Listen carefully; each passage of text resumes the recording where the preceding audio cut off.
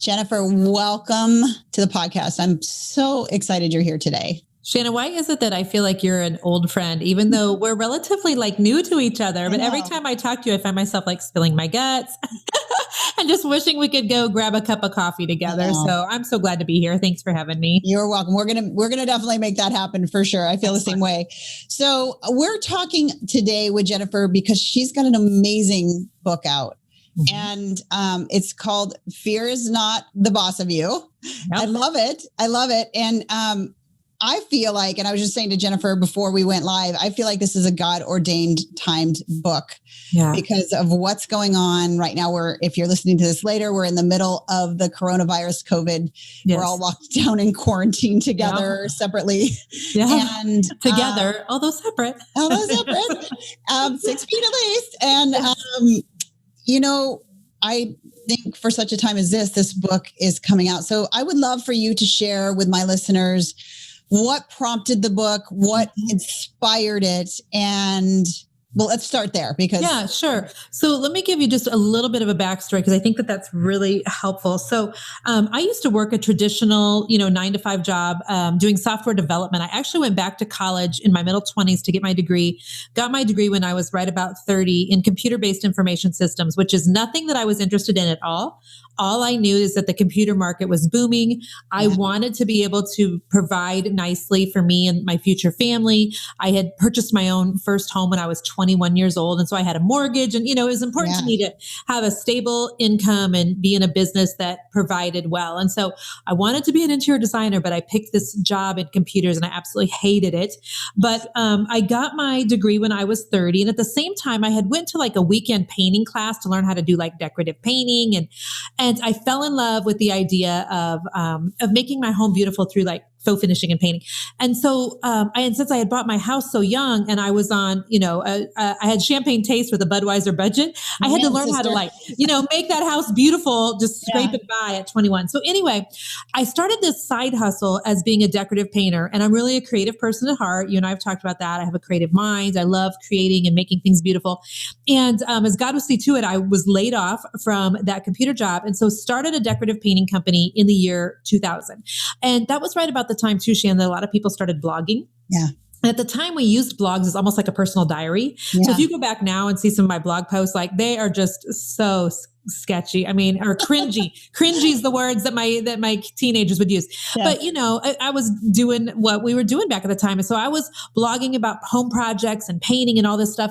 And so about 4 years ago, I had this aha moment that, I really want to have a book. When I was little, when people would ask me what I wanted to do when I grow up, I told them two things. I either wanted to be a therapist or I wanted to write children's books. Who knows why? I don't know. I loved to read when I was a kid. Yeah. But, as an adult, I didn't read a whole lot because I had 3 kiddos. Bing, bing, bing, one after another, the chaos of running a business and just life. And I really got away from having the time and being in a good season to read. But about 4 years ago, I was like, you know what? I remember wanting to be an author and I don't want to write a kid's book, but I do want to write a book of some sort. I think I could take my entire blog and just roll it into a book. And I'd have this great book and I was going to name it Hot Mess, not your typical DIY book. And I was I even knew the cover photo was going to be this picture of our daughter. We had 3 biological kids at the time. She was standing it was a picture I took one day when my home was in chaos. She was standing on a bar stool in the middle of our living room, Shannon, and she had made all these forts out of blankets and she had a sword and her arm was up in the air. And it was just it was the messiest, most realist photo. And I thought that'll be the cover of the book. And it's going to sell like hotcakes.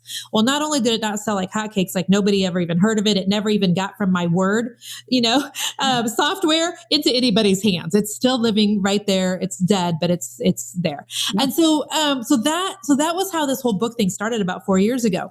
About 2 years ago, I got introduced to a woman who's a book agent, and I have a large social media following, 365,000 people following me on Facebook. And she's like, you have a big platform. And, I know you've kind of gotten out of DIYing. You coach women in business. I'd love to help you write a book. Let's write a proposal. And I was like, okay, I'm all in. So it took a long time to write the proposal. And then we had to really flesh out, okay, what's the book going to be about? And God had really moved me out of that DIY and painting industry. I had gotten rid of my painting company into coaching women in business. How do you start a business? How do you do the business online? How do you do social media? And how do you monetize your social media? But I didn't want to write a book book about social media. Like, who wants to write that? And plus, by the time you get that book out the door, everything changes on social media anyway. Then there's the Snapchats and the TikToks, and so everything changes. So in fleshing out an idea with her, I told her, I feel like what I do best is really encourage women, whether it's starting a business or whether it's moving or whether it's doing your first triathlon or whether it's basically, I'm good at helping women understand why that they're stuck and why they are often scared and how to do things in spite of their feelings. Yeah. And I do this with the women I coach in business, but I also just do it with women showing up in my DM. Yeah. So we decided to write a book coming from that perspective on how to get women to do the stuff that they want to do or they feel like God's asking them to do despite their feelings of being scared, because newsflash, we're all scared. And so we fleshed that book out last summer. And what was really cool, this is such a God story, is the way that the publishing industry works, which was news to me, Shannon. You maybe know this, but I didn't. Not yet. No, that's next year. So books either come out in spring or the fall. There are no books that get launched in the summer because everybody's, at the lake and they're preoccupied, and nothing comes out over the holidays because people are preoccupied with that. So our options were to either launch this book now in the spring of 2020 or fall of 2020, which is a horrible time because of the election. You never launch a book during election season, simply because things like Facebook ads the cost of that will go through the roof. And you're fighting for, any attention and FaceTime, and the news, stations are doing more on politics than they are brand new authors. And so it was either spring of 2020 or spring of 2021. And my publisher said, okay, so we can do it now, but you're only going to have 6 weeks to write this book, Jennifer, or we can give you a whole year to write it. We'll put it out in 2021. And I knew in my knower that I was supposed to write the book then, even though it meant giving up my summer at home with my kids, even though it meant really pushing hard on the gas. I wrote the book last summer, and who knew that we would be in the middle of a pandemic, except God, right? Yeah. The book comes out April 7th, and what better time in the world for there to be a book about fear during a time when I literally Googled today, there have been 1.53 billion. Is that even true? Yes. 1.5 billion searches on the word fear on Google. And I'm like, gosh, they're scared. And so I'm hoping that this book will be timely and can serve the men and women who pick it up and read it. Wow. So powerful that you had no idea that this was going to go on, and yet it felt that calling and that push. Yeah. And how did you say it? That knowing in your knower? I knew in my knower. Because so many people know things in their knower and they ignore that. So thank you. Or they fight it. And I talk about that in the book. A lot of times we know the next step we're supposed to do. We know, so often women will come into my coaching and they're like, I just don't know if I'm supposed to start a business on this or that. And it's not that they don't know, it's that they're fighting what they know they're supposed to be doing. Because usually the thing that you're supposed to do is the one that feels the most uncomfortable, the most that's like risky, the most that's like going to cost you something, the most that if you're wrong, it could be, you could pay for it in finances or in time or in energy or whatever. And so it's usually not that people don't know what they want to do. It's that they know in their knower already and they're just fighting it because it feels scary and it feels like big and it is big. And so that's at least been my experience. Most of the time you already know in your knower. And then once you start moving, like what are the things, the voices in our head, right? We all have them. And of course, in my tribe, we work exclusively from a brain-based perspective to start to move those. But in the book, what were you talking about in terms of that voice in your head and how to either slay it or quiet it or what's the step there? Well, I was talking about this book called Crash the Chatterbox that I read from Pastor Stephen Furtick years ago. Love him. And he is one of the most well-known preachers in America. And that book changed me. It changed me as a person. It changed me as a business owner. It changed me as a business coach because it essentially basically proved to me that, look, we're all scared and we all have that internal voice that says, who do you think you are? What do you think you're doing? And learning how to not try to control that or stop it, but recognize it and do things in spite of. That was a game changer for me because in my head, I thought I'm the only one that feels super insecure about the success of my business. There was a time, Shannon, when I was so nervous about being a failure. And then there was all of a sudden this business is, a huge success and with a team and a lot of revenue every year. And then the fear becomes, what if I lose it all? Yes. What if we find out I really don't know what I'm doing and my dog's in the background background over here chewing dog bones, and they think I'm so professional, and then it's just all smoke and mirrors, and anytime it goes up in flames. And so that book was a game changer for me. And I talk about that in my book, Fear is Not the Boss of You. And I also talk about things like the comparison trap and how social media, which by the way, is how I built my business with 500,000 social media followers. I love social media. I love it so much. Yeah. But so many of us get stuck into this trap of comparing where we are today to where we see other people, where they're currently out on social media. And we find ourselves watching other people win and watching them win more than we are working on our own journey. Yeah. And so I talk about what comparison does, and I talk about people pleasing. I have a really good gut feeling that people pleasing will be my book number 2. Okay. I've already actually got the name. Don't tell people. And because once I learned how to do things in spite of being fearful, I ended up having though to still really deal with how other people would respond to my success, how other people would respond to my new business, how other people respond to me writing a book, and what I figured out, Shannon, is I have been a people pleaser my entire life. It started out when I was real little, learning how to do a dance, and not a physical dance, but a very emotional dance of keeping all the balls in the air and everybody happy in the house. Yes. And sometimes I think you learn as a child that to keep peace and to keep safe, you transform and you chameleonize yourself into whatever you need to be at the moment to please the people who are supposed to be taking care of you. And so I learned that at a really young age, which is now as a 48-year-old woman, I can still get a nasty DM from someone and that trigger me into, oh my gosh, you're right. What was I thinking posting that opinion that I had about something, like that was so dumb of me. And now this person hates me, and I can go on this incredible, rabbit trail that basically leads to nowhere good, because I'm worried about other people's opinions. Yeah. And so, God's still working all of that out in me, but I'm getting better at it. And I think that if a lot of women are really honest, I think there's a lot of women that suffer for that same thing. Do you find that, because we both tend to work with more women than men, do you find that women compare themselves more and that stops them, that's the thing that's keeping them from doing their biggest thing? I think fear is the thing that stops them from doing their biggest thing. And I think it's a fear of success. Okay. I think it's a fear of failure. I think it's a fear of, if I do this and it does fail, it's not even so much the failure, but how the failure affects the people they love, their spouse, their kiddos, whatever. I think that it's fear of being found out. I think that it's fear of actually having to come through and stain the thing. Like, I teach a ton of creatives, creative entrepreneurs, DIYers, painters, artists, makers, crafters, writers, bloggers. Like, those are my people. Cupcake makers, earrings designers. And so I think that's a special group of people also. So I think on one hand, I think we as women struggle with failure and comparison more than men, for sure. I also think, though, that we have this additional thing. If we're a creative woman, the way that you know if your talent is valuable when you're a creative is if there's an exchange of money for the thing that you make or offer, right? Yeah. And so I think that so many of us get stuck in our own heads as female entrepreneurs who are creatives, because we put something out to the world, and if we hear crickets, then we are comparing ourselves to the other painter who's doing so well and nobody bought it. That must mean that it's terrible. And then I think that ends up keeping us in bondage from doing it again. It's like, when you get your finger tapped with a ruler by a teacher, you pull back and you're like, well, don't do that again. Yeah. And so I think it's complicated, right? We are complicated individuals. Yeah.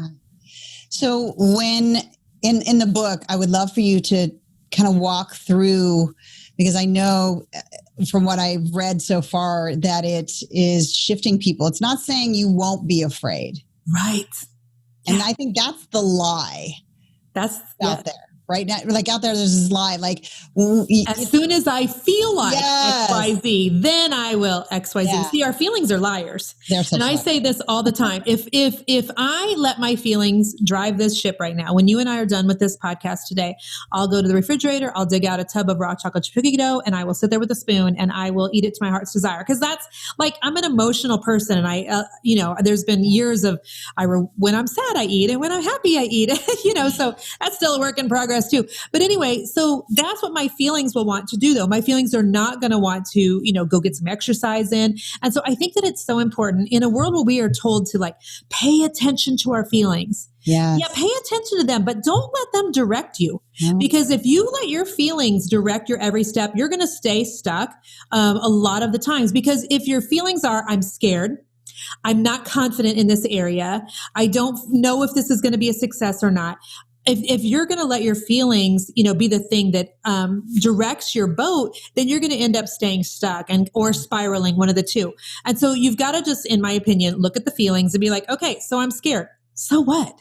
So is the rest of the world. Everybody's scared. And if we weren't scared before coronavirus, we are definitely scared in the middle of coronavirus. Mm-hmm. So what I find is so many people are like, when I'm done being scared, then I will XYZ. Yes. When I feel confident, then I'll XYZ. Yes. And I make the case, I think very well, in Fear is Not the Boss of You, that you should not be like hoping and waiting and praying for confidence. You should just be hoping that you can get a little bit of courage to do the things you're scared to do. And confidence may or may not come on the other side of that. People think that you're supposed to be confident in the beginning of anything. And how is that even true? Like, I have kids. Shannon, you have kids, don't you? I have 2 kids, 12 and 9. Yeah. Yeah. So imagine that the first time your 12-year-old ever tried to take a step and they're not confident about walking as a toddler. They've never walked before. Oh. So when entrepreneurs, that's right. Amen, Lola. I am so sorry. Lola's like, yes, Mom. So, the first time that you open up a business, you're not confident about it. You have no history on whether or not this is going to be a success. I think this is one of the reasons why the coronavirus is freaking out so many people in America right now. We don't have a history of having walked through this as a country before. We don't have any data to say, hey, we're going to make it. You're going to be okay. Like we're winging this for the first time. And that's how it is when you start a business. That's how it is when you apply for a new job. That's how it is when you learn how to do a skill that you've never done before. You have nothing to fall back on because you haven't been here before. And so people think that they're going to wait and they'll do it as soon as they feel confident. How are you ever going to feel confident about something you have zero experience in? So do the thing. Get some courage. That 20 seconds of insane courage. I don't know who was the one that, pegged that saying, but it's brilliant. That 20 seconds of insane courage. And you may or may not feel confident later, but you can't stay stuck and continuing to just be like spiraling in fear, hoping that your feelings are eventually going to catch up with your desires because they might not. Yeah. Yeah. And when they push through in spite of fear, what have you seen in your life and in your business that's shown up for you on the other side of that? So I use the example in Fear is Not the Boss of You about how I'm 48 years old. And when I was 39, a friend of mine asked me if I wanted to go watch this triathlon in Kansas City. Have you ever done a triathlon, by the way? I have, yeah. Okay. So I hadn't. I was 39 and had my last baby at 36. So I was a little bit still chunky in the middle.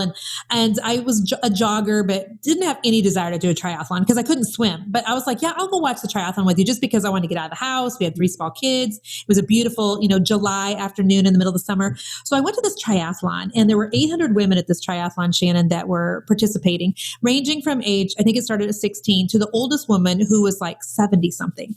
And they all jump in like one at a time based on how fast they're going to swim in the lake. So I'm standing with my friend Christy and I'm watching 800 women jump in, and a lot of them jumped in a group together. And the last woman to get in the water was in her 70s, like I said, and she put on like a snorkel mask, like I snorkeled with on my honeymoon. Yes, like that's a little snorkel thing sticking up out of the water. And I watch her, like all the other athletes are like sprinting and diving into the water, and she walks really gingerly and somebody helps her into the water, and then she starts to swim, and it took a really long time for her to swim the 500 meters. Oh. And we all watched this woman with like our breath held. There was hundreds of spectators. And when she came up out of the water, the cowbells and the screaming and the people holding up signs for her, and she couldn't run to her bike, but she took off her hat and she walked fast. And I started crying. Yeah. And I was crying because it was so inspirational. I was like, I don't know who she is, but I'm so consumed with the size of my thighs and waterproof mascara when I go to the neighborhood pool. And she's like, screw it. She got in and she just went in with all those athletes. And I was thinking, why can't I do that? I want to do a triathlon. And then I remembered, oh yeah, you can't swim. And so, but it was like God would not let that idea escape my brain. I kept thinking about it and finally I asked some of my girlfriends, look, next year, this triathlon is on the same weekend as my 40th birthday. If I sign up, will you help me learn how to swim and will you do it with me? And I had 8 girlfriends who said yes. So I hired a swim coach. At age 39, I had never put my head underwater to blow bubbles. I didn't know how to do that. And fear of water is a real thing, by the way. Like if you want to see, put me in a shower and watch me snort water. Like it's hilarious. It's so bad. And so I trained for a year, learning how to blow bubbles and then learning how to bob underwater. I mean, it's so ridiculous. But this is the thing that stops so many of us. And I did a triathlon for my 40th birthday. It was really cool. The Today Show sent out like a news crew and they covered one of our trainings. And so I was on national television in spandex, and that'll break some fear off you, Shannon. Let me just tell you about that. So I did the triathlon and I started swimming, the 500 meters in the lake, and I completely had a panic attack in the water. Oh, wow. And it was some, young 18-year-old male that was like, ma'am, are you okay? I literally I wanted to punch him square between the eyes because I'm like, I have birthed 3 children without your help. And I was thinking all these angry thoughts. I have trained for a year and I am going to finish this swim. And I did. And I was crazy enough to sign up for a triathlon 6 weeks later. And I had a panic attack in the water then. And I talk in the book about how I've done 10 triathlons in 8 years and I've had a panic attack in the water every single time. But here's what it taught me every single time. Am I a confident swimmer? No, I'm not. I still panic. I still wonder if I'm going to go, drown. But I'm confident in the fact that I've trained and I'm going to make it. Like at this point, I know I've done enough triathlons. I'm not going to die. I might still have a panic attack, but I'm not going to die. And see, I think so many people stop at I had a panic attack, therefore it must be wrong. And by the way, I've never had a panic attack other than in water. So it's not like I deal with extreme anxiety or anything. It's just that I'm a really bad swimmer, a really good sinker, a really bad swimmer. So I think that this idea of confidence is so far off. And I think that doing things that you're scared to do, not letting fear be the boss of you, showing up and doing the things that you feel like God's nudging you to do or that you have a really deep desire in your heart to do, even if it's scary, even if you're not good at it, but getting on the other side of it and going, oh my goodness, I did not die. That gives you a little bit of confidence for the next time to go into it and go like, okay, I didn't die the last time. I probably am not going to die the next time. And so I basically just used that chapter in the book to talk about how that one experience of triathloning has showed up in every other part of my life, because it wasn't like God only used the triathlon to teach me, Jen, you can do big, hard, and scary things and not die. It's made me braver in my business. It's given me more courage in relationships with other people. It's given me more courage to do things like my husband and I are in the process of adopting a 5-year-old little girl. We have a senior getting ready to graduate high school, God willing, if they allow graduations this year. Yes. And we also now have a kindergartner, and my logical brain is like, what are we doing? This is ridiculous. We were about onto easy street. But I can look back in my history of how God's been training me in the last 8 years and watching myself do things in my personal life and business life that were scary, but they didn't kill me. And I can do this one too. Oh my gosh, I love that. And I can't wait to see that whole journey. It's a little bit weird telling this story though to somebody that's a doctor. Do you know? Is it? Yeah, it is, because I'm like, is she thinking, wow, this girl is a basket case? Oh my gosh, I have so many stories of myself. So you got to remember, Jennifer, the reason I got my PhD was because I was a hot mess. Okay, well, that makes me feel so much better. So much better. And so, I think like the whole premise of the book, A Fear Is Not the Boss of You, is basically this. Look, we are all scared of something. We're all nervous about some things, but just because you're scared, it doesn't give you an out, especially for those of you who are, we share the same religious faith. If you're a Christian, like just because I'm nervous about the things that God keeps putting in front of me, that doesn't release me from my calling. There's still things he needs for me to do on this side of heaven. I've still got a family that would like to eat every night, and they're depending on mom to run a business that at times feels way bigger than what I feel capable of handling. Yes. I mean, 500,000 social media followers, that feels big. And it feels pressure. And so, but I have a responsibility to show up for my family, for my children, and I have a responsibility to show up for my community, the people who are following me, and to really lead them with, okay, I'm scared, but doing it. And guess what? You're scared and you can do it too. Like we're in this together. I really feel like this book needs to be in the top 5 books every entrepreneur reads before they start, because I'm so glad you think that. I really do, because it's such a delusion that is propagated online that we show up and we're like, ta-da, everything's rainbows and unicorns and it's all sunny. If only. It's such a lie. And that's what gets seen. I'd love for you to talk to our listeners about, it's one thing to go in and say, okay, I'm going to do it anyway. And then they step into the fear. Yeah. I'd love to talk on this if I could for a second. Yeah, please. I have a whole chapter that was originally called When Crap Hits the Fan. And they made me simmer it down. They're like, come on, Jen, You love Jesus, simmer it down. And I'm like, fine.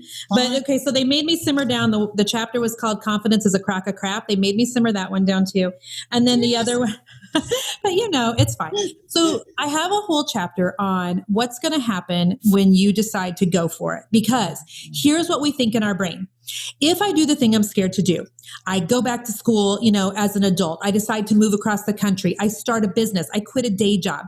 If I do, XYZ, we're really hopeful that it's going to be such a great success. And usually what happens is we get hit with resistance right off the bat. And resistance comes in a lot of different forms. And so, as a woman of faith, resistance is usually spiritual. The Bible says we don't fight against flesh and blood, but about principalities and powers. And I think that resistance is usually the enemy just going, nope. Going to stop you right before it gets started. Nope. Going to discourage you right before you gain any momentum.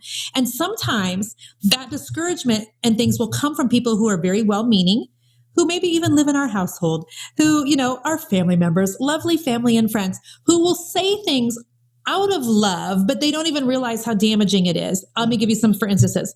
When I decided to shift from selling, painting locally in Kansas City in people's houses to teaching people how to do painting videos online. This was many years ago. I had a very well-intentioned friend say, well, Jennifer, can't they get that for free on YouTube? Like, why is anybody going to pay you for it? And I'm like, oh my gosh, she's right. What was I thinking? I'm so stupid. And I had to go through that whole thing. I've had other people, as I've gotten some success as a business coach, and it's not like they're saying, I knew you when, but there's people that they did know you when. And a lot of times that's your family. And a lot of times it's the people that you grew up with. And it's hard for them to see you in a new light, like people on the internet see you. And so there's, sometimes well, I guess she's too good for us now type of things. Even if that's not the words they use, that's the underlying message that you can hear and that you can feel. Mm-hmm. And that sort of thing will often cause a woman who's kind of stepped out of the cave very gingerly, right? She steps out and she's like, I'm going to do the thing I'm scared to do.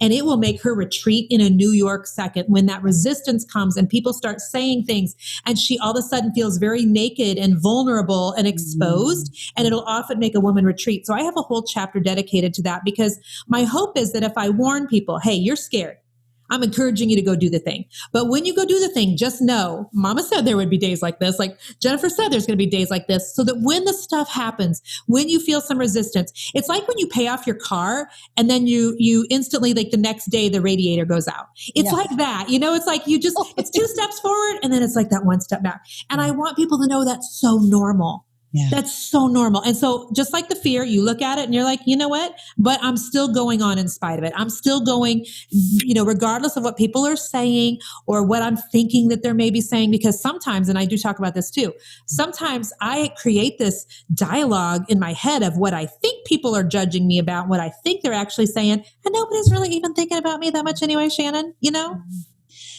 And it's the crazy thing is I think, and I was just talking to my coaching group about this.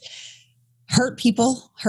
Yes. Nobody sits. I mean, the people that I know do not create hurtful comments because they don't hurt people because that's not who they are. So we spend all this. I use that as an example in the book? No, I didn't know that. Okay. So it's on the chapter where I talk about being stuck. And I just basically say, hurt people, healed people, heal people, and stuck people, keep people stuck. Oh, I love that. Because if you've been stuck and all your family and friends and your coworkers know is a woman who's been stuck and they see you kind of like climbing out of the cave again and trying to do something you've never done before and you're trying to change your life. And a lot of times that's going to require you change the people who are around you. Yeah. They don't want you to do that. It's like you're trying to climb out and they're holding your ankles because it changes the dynamics of your relationship with them if you change. It also causes them to go, well, dang it anyway. Yeah. Wow, Shannon, she got her crap together. And here's me still sitting at the bar on Friday nights and, waking up or whatever. That was my personal story that I talk about in the book. And so, it's interesting that when you do try to change, how people who have been stuck with you for so long, they don't want you to. So it's just like you said, healed people, heal people, and hurt people, and stuck people try to keep you stuck. The imagery that just came to my mind is, Brene Brown's The Arena, right? Like we're stepping into the arena, and that's where the goodness of life is. Like that's where the transformation is. And Amen. Jennifer, I'm so excited for this book to come out. We're going to link it up in the podcast notes. So everybody, like this is your top business book right now. This is your top book right now. Like, this is the one you need to get in your hands, because honestly, and you'll hear me say this all the time, it's not that you have a problem putting your foot on the gas. It's that the fear is putting the foot on the brake. And this book is powerful game changer for you. So Jennifer, so excited to be a part of this New York Times bestseller. I am just, from your lips to God's ears. I am speaking it out, and our tribe will definitely go out and support you and get that, and their lives will transform. So thank you for being on the podcast today. Thank you, friend. I can't wait to meet and have coffee in real life soon. Me too. Bless you. Bye.